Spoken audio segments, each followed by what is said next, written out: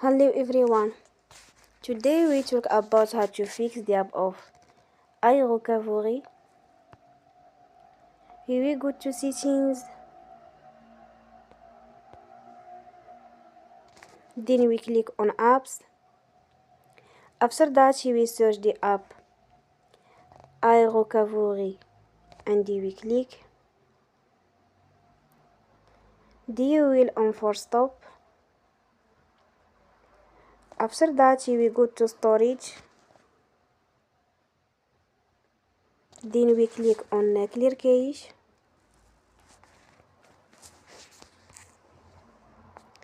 Here we go to Play Store and you will update your app. Don't forget to support us by like and subscribe. See you next time and thank you for watching.